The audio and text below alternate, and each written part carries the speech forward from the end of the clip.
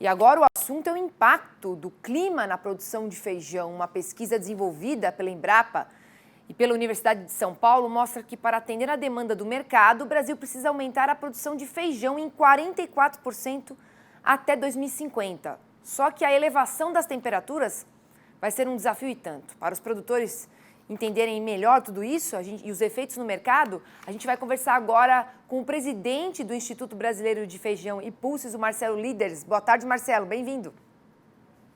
Boa tarde, Priscila. Prazer em estar aqui com você. Prazer é nosso. Marcelo, considerando o aumento da demanda, qual o melhor caminho para produzir aí feijão e minimizar ao mesmo tempo o impacto das mudanças climáticas? Olha, acredito que a cultura do feijão tem muito ainda a explorar em termos da aplicação da tecnologia já conhecida, de manejos já conhecidos e que não são utilizados na sua totalidade. Então, nós temos aí uma possibilidade de minimizar os impactos climáticos através do uso de boas tecnologias, entre elas o uso de sementes. O Brasil usa apenas aí cerca de 10% da área plantada com sementes. Na medida em que nós aumentamos o uso de semente, aumentamos a produtividade média, consequentemente diminuímos o custo de produção do produtor. E, por outro lado, realimentamos, o processo aí de investimentos em novas pesquisas. Afinal de contas, para poder existir a pesquisa, é preciso ter remuneração para ela. Então, na medida em que tivermos uso de uma maior quantidade de sementes, esperamos, sim, que tenhamos condições de entregar para os pesquisadores os recursos necessários para evoluir a cultura. Ao mesmo tempo em que há, Marcelo, perspectiva de aumento na demanda, dados do Instituto Brasileiro de Geografia e Estatística, IBGE, mostram que o consumo de feijão no Brasil é o menor nos últimos 16 anos. Como é que a gente muda essa realidade, Marcelo? Nós acreditamos, e há bastante tempo nós temos trabalhado em cima da diversificação. A diversificação é que vai permitir que, ao termos excedentes em algumas variedades de feijões, nós tenhamos a exportação. A exportação só acontece quando nós somos extremamente competitivos aqui dentro do mercado interno. Então, atendendo à demanda nossa, à necessidade nossa dessa proteína, e com os excedentes sendo exportados. Mas há um dado interessante em tudo isso. Por que é que tem diminuído o consumo de feijão? Levantamentos mostram que a produção per capita diminuiu bastante. Nós estamos oferecendo menos feijão para o consumidor do que há 15, 16 anos atrás. Tínhamos aí alguma coisa ao redor de 15, 16 quilos há 15 anos atrás sendo ofertado para o mercado, e hoje nós temos cerca de 12 quilos per capita. Então, obviamente, o consumo acaba respondendo ao preço mais alto e ao tamanho da oferta, que é menor do que alguns anos atrás.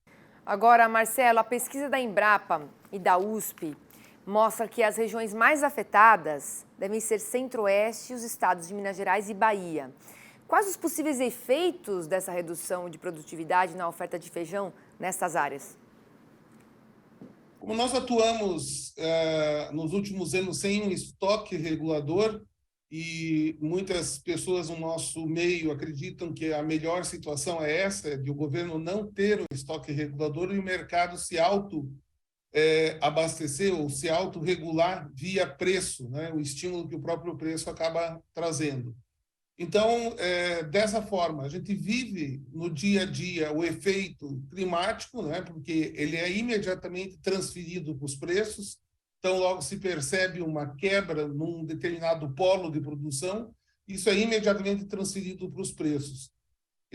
A nossa expectativa é que, se nós tivermos uma redução de produtividade, o que é péssimo tanto para o produtor quanto para o consumidor, nós vamos ter que buscar alternativas, e as alternativas são essas colocadas.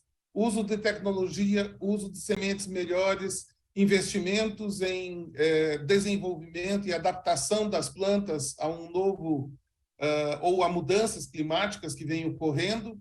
Enfim, é uma equação que não é fácil, mas ela tem que ser enfrentada no seu dia a dia. Tem que, Marcelo? Agora, já que você falou de preço, também vamos falar aqui em relação ao mercado internacional do feijão. Quais são as oportunidades para o Brasil, na sua opinião? É bastante interessante que o consumo mundial de feijão per capita vem aumentando, principalmente depois da Covid, pela consciência de muitas pessoas de que é melhor uma proteína vegetal, como o feijão ou os pulses, que são os primos do feijão, né? Lentilha, ervilha, grão de bico, do que produtos altamente processados.